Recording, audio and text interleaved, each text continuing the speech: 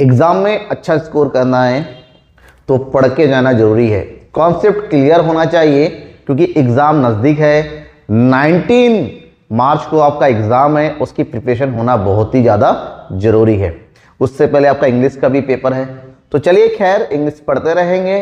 तो हम तैयारी करते हैं अपने किसकी, इकोनॉमिक्स के पेपर की। और इकोनॉमिक्स के पेपर के लिए मैं चाहता हूं कि वो डेली आपको कुछ ऐसा मिले ताकि आप अपने आप को कुछ जोड़ सके, अपने नॉलेज में भूले नहीं। इसके लिए मैंने तैयार किया है मैंने सुपर फास्ट रिवीजन सीरीज, जहां पर चैप्टर टू चैप्टर हर एक इंपॉर्टेंट पॉइंट को आपको बताया जाएगा ताकि उस पॉइंट को पढ़ के आप उस चीज को मेमोराइज कर सके जो आपने डिटेल में साल भर पढ़ा है। तो let's begin with national income and related aggregates, that is unit number 1 macro economics का आपके वन शॉट रिवीजन सीरीज है। और इसमें सब कुछ है, इससे बाहर कुछ भी नहीं आने वाला एग्जाम में, दैट इज 100% मैटर मैंने आपको इस एक सिंगल वीडियो में प्रोवाइड करने की कोशिश किया है। शुरुआत करते हैं। एट फर्स्ट हमें क्या क्या पढ़ना है, इस चैप्टर के मोस्ट इंपॉर्टेंट टॉपिक कौन से हैं जिसको हमें कवर करना है, जो एग्जाम में पूछे जाते हैं। All the topics is here, one frame में आपको कंप्लीट टॉपिक्स मिल जाते हैं। कौन कौन से टॉपिक है जो आपको पढ़ना है, that is macro economics and it's meaning, consumption goods, capital goods, final goods, intermediate goods, stock and flow, gross investment and depreciation आपको पढ़ना है। सर्कुलर फ्लो ऑफ इनकम क्या होता है and types of circular flow income, method of circulation of national income, किस तरह से circulate होता है नेशनल इनकम का, वैल्यू एडेड मेथड क्या होता है, expenditure method, income method, these are the method to calculate the national income. And also you have to find out the aggregates related to national income, that is GDP, GNP, NDP, NNP, all the aggregates. Net National Product, that is NNP, FC क्या होता है, gross and net domestic product, इन दोनों में क्या difference है, real and nominal GDP क्या होता है, and GDP and GDP welfare क्या होता है। ये कंप्लीट कॉन्सेप्ट है, इन कॉन्सेप्ट को जरूर पढ़िएगा क्योंकि जो सीबीएसई बोर्ड का पैटर्न होता है एग्जामिनेशन में, इसमें से कोई भी एक दो क्वेश्चन, क्योंकि ये जो पूरा चैप्टर है एटलीस्ट 10 मार्क्स का चैप्टर है जिसमें से आपको 2 एमसीक्यूज पूछा जाएगा, ठीक है। 2 + 3 मार्क्स के क्वेश्चन आएंगे, प्लस 6 मार्क्स का एक क्वेश्चन जरूर आएगा जहां पर आपको न्यूमेरिकल बेस्ड क्वेश्चन पूछे जाते हैं, राइट। हम बात करें थ्योरी की, कौन कौन से इंपॉर्टेंट पॉइंट है जो जरूरी है। सब at first, what is the meaning of macro economics. Macro economics is the summation of 2 words, macro and economics. So we can say that macroeconomics is the study of aggregate economic variable of an economy. एक economy के aggregate variable को study करने का एक matter होता है जहां पर हम इसको स्टडी करते हैं। वो aggregate variables, that means national income, employment, balance of payment, foreign exchange, these are the aggregate variables that we study in macroeconomics. So we can say that macroeconomics is the study of economic problem as whole. पूरे economic का जो economic problem होती है उनको study किया जाता है पूरे completely in aggregate level, that is macro economics. Next term is type of goods. Type of goods की जब बात करेंगे, वेरियस टाइप्स ऑफ गुड्स होते हैं। First thing is consumption goods. Consumption goods are those goods which are consumed by the consumer, which are consumed by the consumer, which bought by the consumer for the ultimate satisfaction, for the fulfill with their needs and wants, and these goods are classified into 4 category. Number 1 durable goods, okay, durable goods. Number 2 semi durable goods. Number 3 non durable goods, and also the number 4 is services, that is non material goods. अब आपको समझना पड़ेगा what do you mean by durable goods. Durable goods are those goods which are last for a long period of time, जो एक consumer long period of time तक use करता रहता है। फॉर एग्जांपल टीवी हो गया, रेडियो हो गया, साइकिल हो गया, बाइक हो गया, कार हो गया, these are the durable goods, because जब इसको खरीदते हैं तो 1-2 दिन में इसकी यूटिलिटी खत्म नहीं होती है, लगातार यूज करते रहते हैं। Next one is non durable goods, these are also known as single use items. Single use मतलब एक बार में यूज करते खत्म। All the eatable goods like dal, chawal, namak, सब्जी हो गया, मिठाई हो गया, एक बार में खा लिया, कंप्लीट। सर्विसेज, ठीक है, all the services, that means tourism service, communication अभी हम यूज कर लेते हैं। एंड सेमी ड्यूरेबल लाइक कुछ ऐसी होती हैं जो कुछ समय तक लास्ट करती हैं लेकिन उसका टाइम ऑफ पीरियड बहुत लंबा नहीं चलता। सबसे बड़ा एग्जांपल है क्रॉकरी एंड क्लॉथ। बचा के रखेंगे तो लंबा चलेगा, वरना कभी भी ये खराब हो सकता है, टूट सकता है, right. Next one is capital goods. What do you mean by capital goods? Capital goods are those capital goods are final goods, but these are used in production process. These goods are used in production process for the further production. So, for example, plant and machinery. Capital goods, इसको capital goods इसलिए कहते हैं क्योंकि these needs a huge capital. It need a huge capital, और ये long term के लिए होता है, लंबे समय तक यूज होता है। लैंड खरीद लिया, डेली डेली तो चेंज नहीं कर सकते, मशीनरी खरीद लिया, यूज करते रहे डेली, तो these are the capital goods. Okay, आगे बढ़ते हैं। Final goods, what do you mean by the final goods? Final goods are those goods which are used either for final consumption for investment. Final goods मतलब एक ऐसे होते हैं जो finally consumer के थ्रू यूज किए जाते हैं। फाइनल कंज्यूमर, चाहे वो फाइनल कंज्यूमर जो नॉर्मल कंज्यूमर होता है या प्रोड्यूसर हो सकता है, या तो production process as a machinery use होगा या फिर कंज्यूम किया जाएगा कंजप्शन पर्पस के लिए। It includes final consumer goods and final production goods. These are not use for resale. देखिए प्रोड्यूसर यूज कर रहा है लेकिन वो यूज रीसेल के लिए नहीं करता। जैसे मशीनरी है, भाई मशीनरी का दूसरे सामानों को प्रोड्यूस करने के लिए होता है, तो मशीनरी यहाँ पर फाइनल गुड्स हुआ क्योंकि वो रीसेल के लिए नहीं है, फर्दर प्रोडक्शन के लिए होता है। उसके बाद next one is intermediate goods. These are those goods which are has to converted into final goods.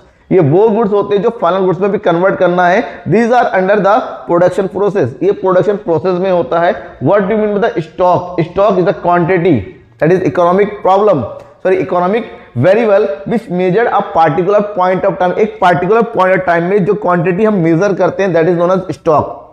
For example, सुबह उठे, हमने दुकान का शटर खोला, हमारे सामने जो सामान पड़ा हुआ दैट इज अवर स्टॉक, क्योंकि इस पार्टिकुलर टाइम पे हमने देखा कितना सामान रखा हुआ है, that is stock. And stock एक स्टैटिक कॉन्सेप्ट है, मतलब जिस टाइम देखेंगे उसमें that is no changes are possible. For example, wealth, bank balance, distance between one place to another place, water in tank, these are the example of stock. But second one is flow. Flow का मतलब बहना, that is चलते रहना। यहां पर ये static नहीं होता है, ये क्या होता है? These are dynamic process. So we can say that it is a quantity which measured during a period of time. और यहां पर सबसे इंपॉर्टेंट है, यहां पर स्पेसिफिक पीरियड ऑफ टाइम आता है, दैट मीन्स टाइम डायमेंशन आ जाता है।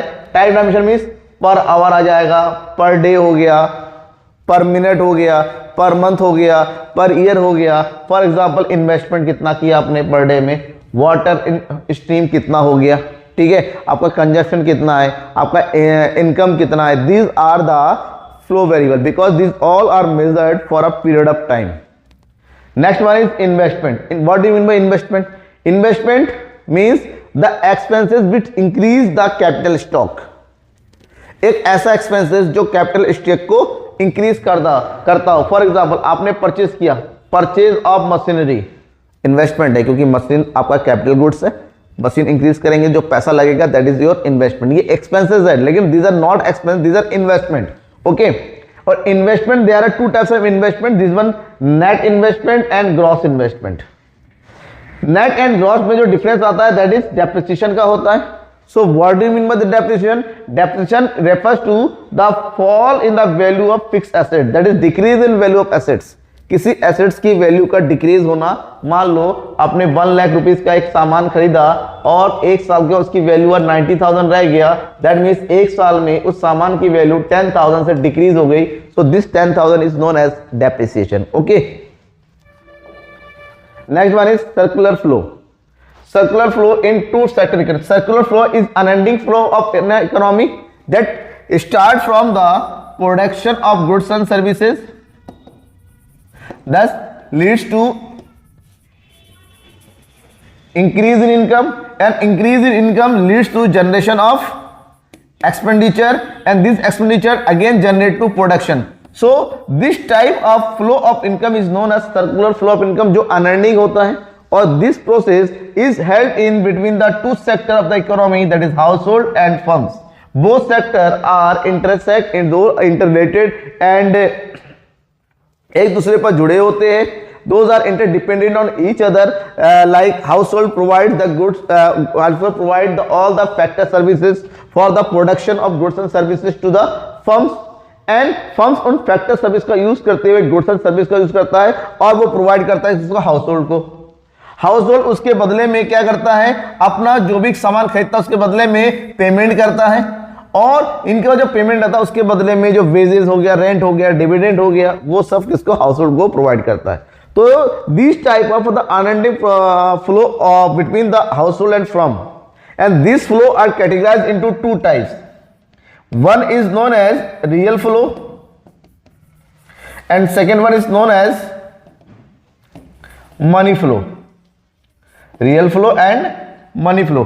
Real flow is the flow of goods and services and factors and services between the household and firm. But other hand, the flow of money, that is flow of factor income and flow of consumption expenditure between the firm and household is known as money flow. तो ध्यान में रखिएगा, यहां पर real flow में goods और service का flow होता है, किसके बीच में, फर्म एंड हाउस होल्ड के बीच में, और मनी फ्लो में फ्लो ऑफ मनी होता है. ठीक है. Next one is related aggregates. Wherever talk about the related aggregates are classified at four term, that is GDP,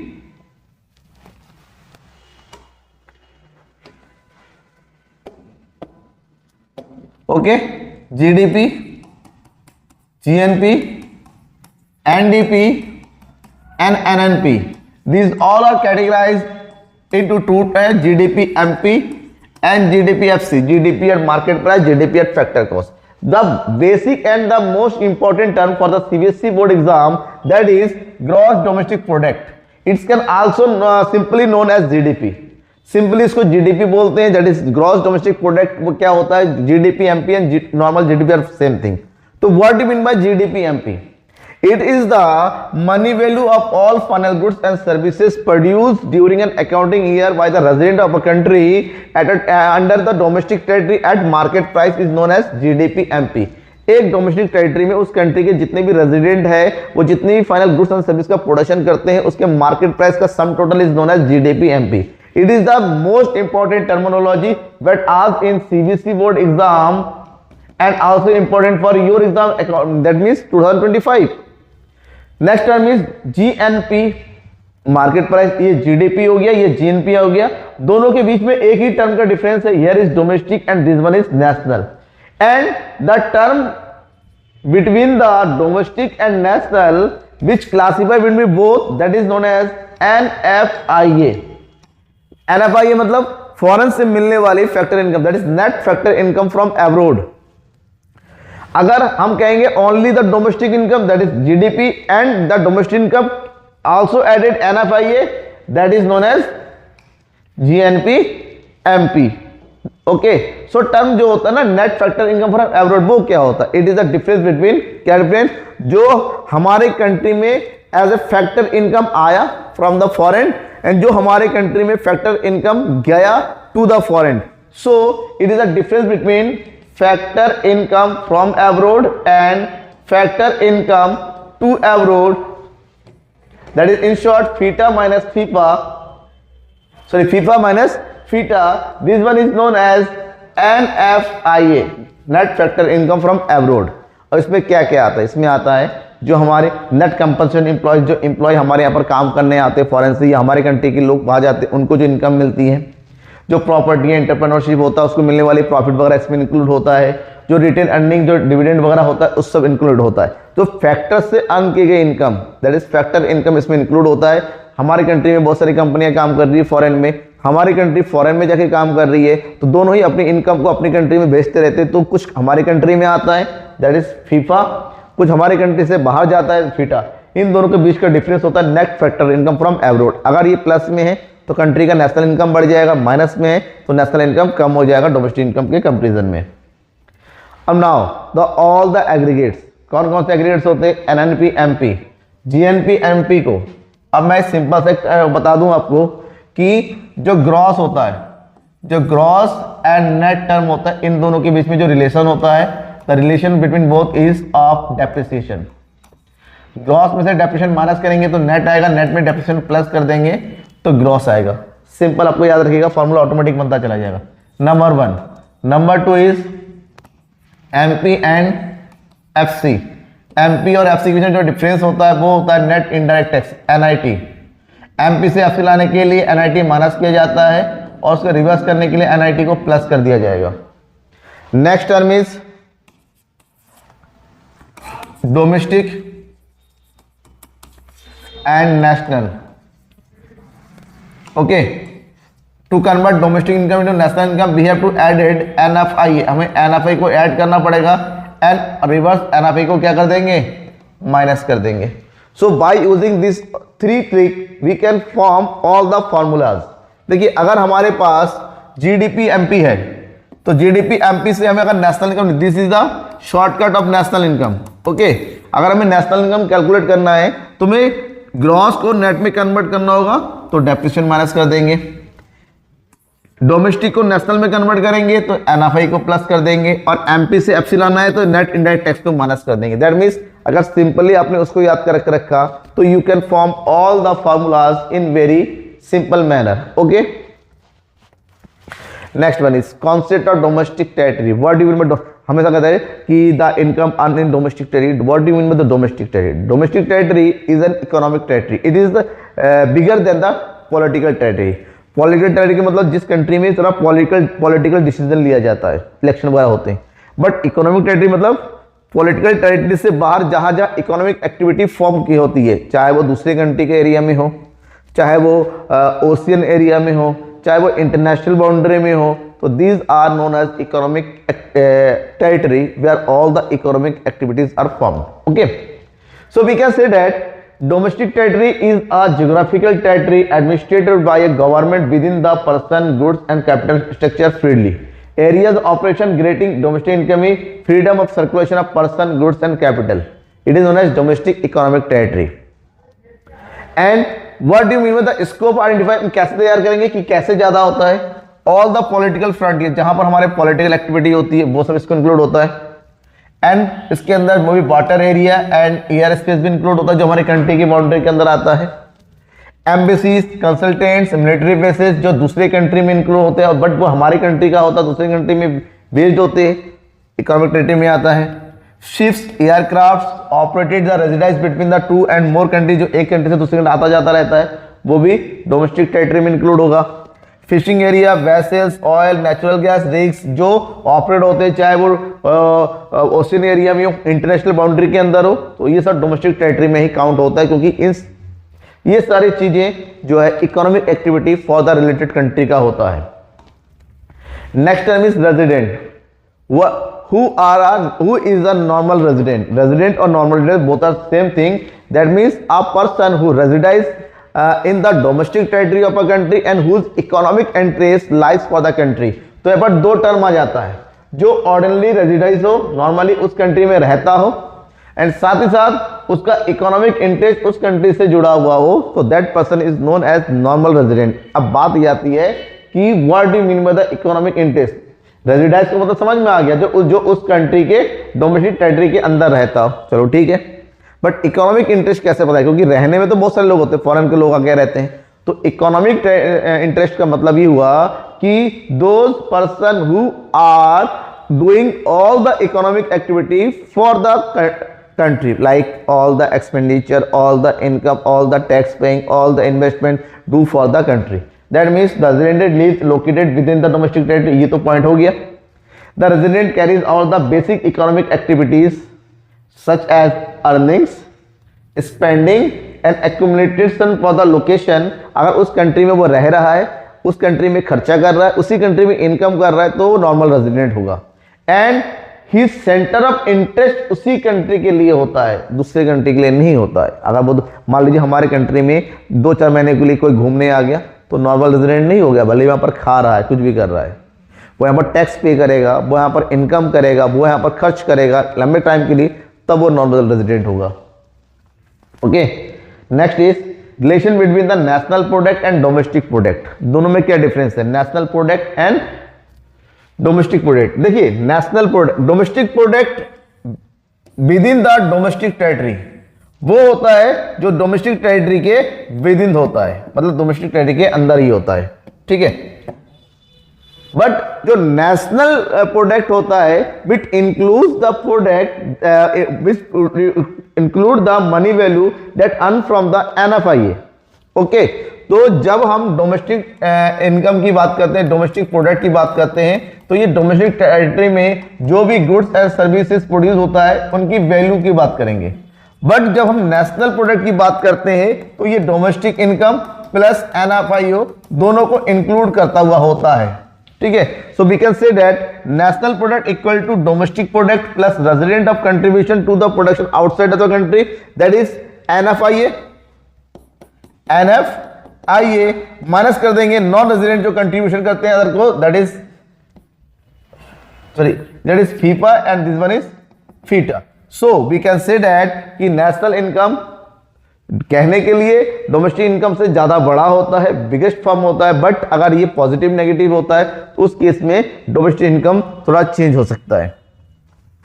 next term is methods to calculate national income. National income को calculate करने के लिए basically 3 method है। First method is value added method, second method is income method and third one is expenditure method. 3 method है। और product method में क्या होता है, हमें मेथड को बेसिकली सिंपल वे में समझना पड़ेगा क्योंकि इससे रिलेटेड न्यूमेरिकल क्वेश्चन ज्यादा पूछे जाते हैं। प्रोडक्ट मेथड में we have to added all the final goods and services. All the value of final goods and services is known as value of output. क्या बोलते हैं उसको? Value of output. And value of output means कितना उस country में produce होने का cell हुआ और कितना स्टॉक में रह गया, तो इन दोनों को इंक्लूड करेंगे, that is known as value of output. अब यहां पर बात होती है चेंज इन स्टॉक की। चेंज इन स्टॉक मतलब the closing stock minus opening stock, कि हमारे पास पहले कितना था, हमारे पास अब कितना है, तो क्लोजिंग में से ओपनिंग को माइनस करेंगे, चेंजिंग स्टॉक आएगा कि हमारे पास बचा कितना सामान है। तो वैल्यू ऑफ आउटपुट में से इंटरमीडिएट कंजप्शन को माइनस कर देंगे तो हमारे पास आएगा gross value added, that is GDP MP. क्या आ जाएगा? जीडीपीएमपी। और जीडीपीएमपी से हमें अगर नेशनल इनकम निकालना है तो हमें क्या करना पड़ेगा, हम जो है डेप्रिसिएशन को माइनस कर देंगे, इसके अलावा उसमें एनएफआई को प्लस कर देंगे, ठीक है, और उसमें से माइनस कर देंगे एनआईटी को। किसको माइनस कर देंगे? एनआईटी को। ये हो गया प्रोडक्ट मेथड। प्रोडक्ट मेथड की पहचान सबसे इंपॉर्टेंट है कि यहां पर आपके पास क्या होना चाहिए, सेल्स होना चाहिए और इंटरमीडिएट कंजप्शन होना चाहिए और चेंज इन स्टॉक होना चाहिए। अगर ये 3 आइटम दे रखा है दैट मींस वो प्रोडक्ट मेथड है और इनसे हमेशा जीडीपीएमपी ही कैलकुलेट होगा आएगा। और जीडीपीएमपी से बाद में इसको कन्वर्ट कीजिए नेशनल इनकम में, या एज वेल जो भी पूछा जाता है, जरूरी नहीं हर बार नेशनल इनकम ही पूछा गया हो। Second one is income method. जैसे कि प्रोडक्शन मेथड में हमें सेल्स चाहिए, चेंज इन स्टॉक चाहिए, वैल्यू ऑफ आउटपुट चाहिए, तो इनकम मेथड में income method is sum of all factor income. ये क्या है? ऑल फैक्टर इनकम का सम टोटल है and we have to know the factor income. Factor income सबसे पहला फैक्टर इनकम होता है compensation of employees, for example salary और wages plus incentive plus bonus plus contribution of social security by the employer, this all are compensation. मतलब काम करते हुए एक एम्प्लॉय को जो कुछ भी मिल रहा हो। Second one is operating surplus.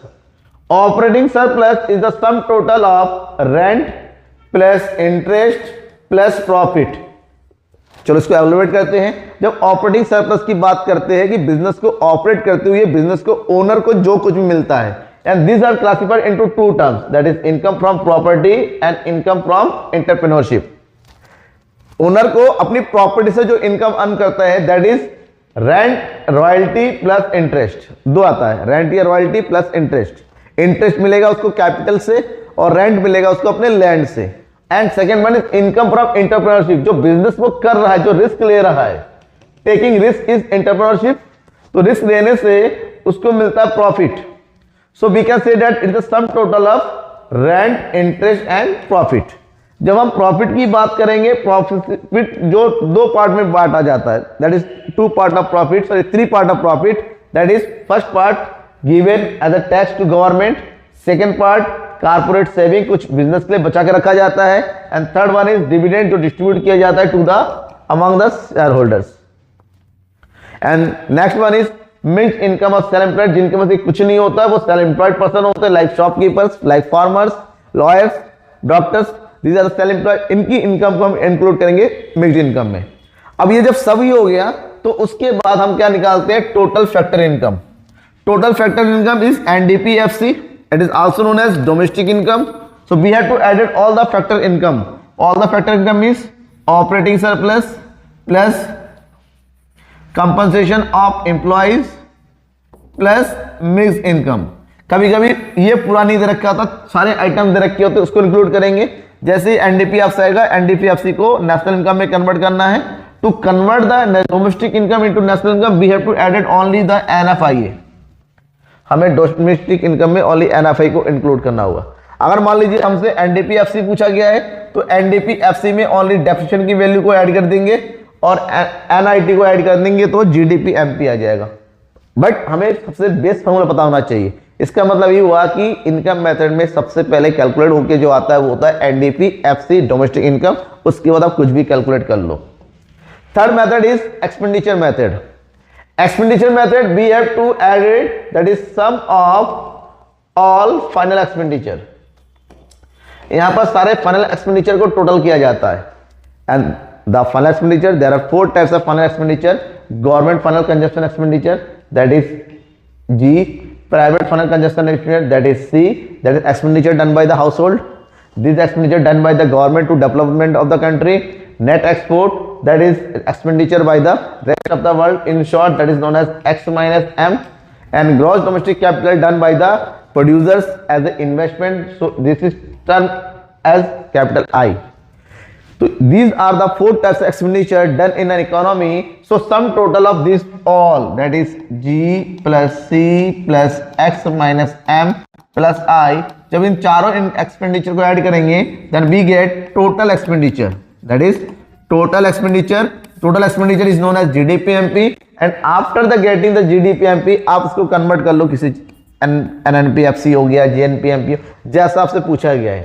ठीक है, तो GDP-MP आ गया, उसमें से कंजप्शन ऑफ फिक्स्ड एक्सपेंडिचर यानी कि डेप्रिसिएशन को माइनस कर दो, इसमें NFI को प्लस कर दो और उसमें से माइनस कर दो NIT को, तो आपको मिल गया क्या चीज? National income. जब ये तीनों मेथड हो जाते हैं तो छोटे छोटे टर्म और बचते हैं। एक होता है nominal GDP and real GDP. Nominal GDP, मैंने अभी कहा GDP is the sum total of all the final goods and services at market price. तो प्राइस का टोटल होता है, मनी वैल्यू होता है। तो जो मनी वैल्यू होता है उसको कैलकुलेट करने के भी 2 तरीके हैं। एक मनी वैल्यू होता है करंट ईयर का और एक मनी वैल्यू होता है बेस ईयर का। When the GDP calculate as the current year price is known as nominal GDP, and when the GDP is calculate on the constant price that is also known as base year. एक base year तय किया जाता है उसके according. ठीक है, तो जो बेस ईयर के अकॉर्डिंग कैलकुलेट होता है that is known as real GDP.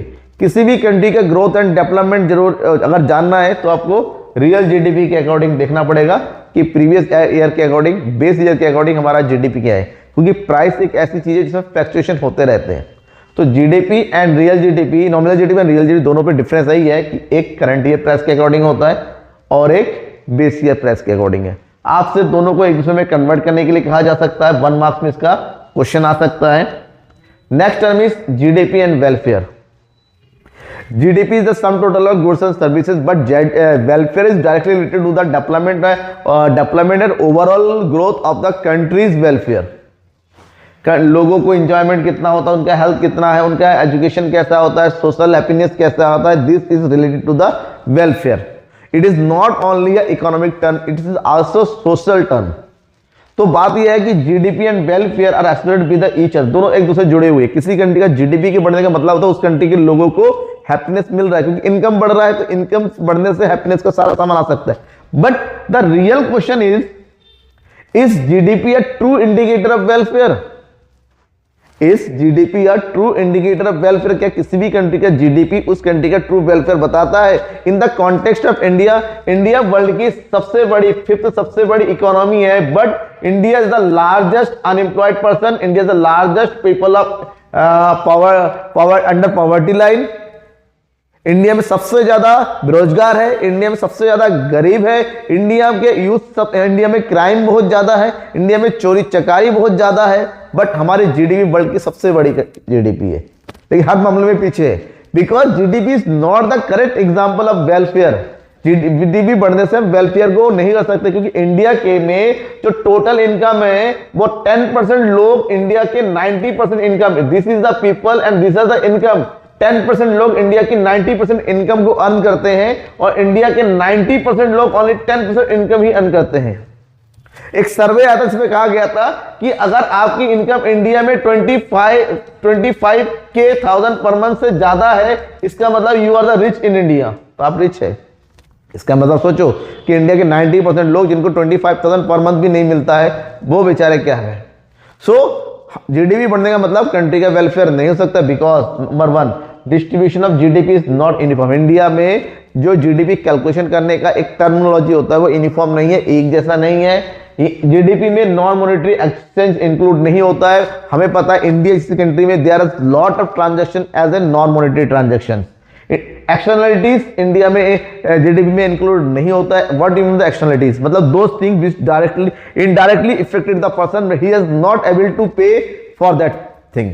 हमारे घर के सामने पार्क है, पार्क के लिए हमने कुछ नहीं खर्च नहीं किया, लेकिन पार्क का फुल एंजॉयमेंट हम लेते हैं। एक्सटर्नलिटीज होगी, हमारे घर के सामने पूरा कूड़ा डंप लगा हुआ है, बीमारी हमें हो रही है, हमने कुछ नहीं है, लेकिन उसकी पेनल्टी हमें भुगतान करनी पड़ रही है, नुकसान हमें और एक्सटर्नलिटीज होता है। एंड जीडीपी में ये सब इंक्लूड नहीं होता है। सो जीडीपी इसको हम नहीं बोलेंगे, ठीक है। Any doubt? अगर डाउट होता है ना, ये कंप्लीट है। ये जितना मैंने आज के टॉपिक में क्लास में बताया, इन सारे टॉपिक्स को आप क्लियर कर लो कि मैं गारंटी देता हूं इससे बाहर कोई टॉपिक आपका आने वाला नहीं होए। हाँ, इससे बाहर जो आने वाला वो है न्यूमेरिकल क्वेश्चन, और न्यूमेरिकल क्वेश्चन में कई बार बता रखा है, आने वाले टाइम में भी बताऊंगा। इससे पहले मैंने आपको सैंपल पेपर भी प्रोवाइड किया, उसको देखिएगा, उसमें भी न्यूमेरिकल क्वेश्चन होंगे।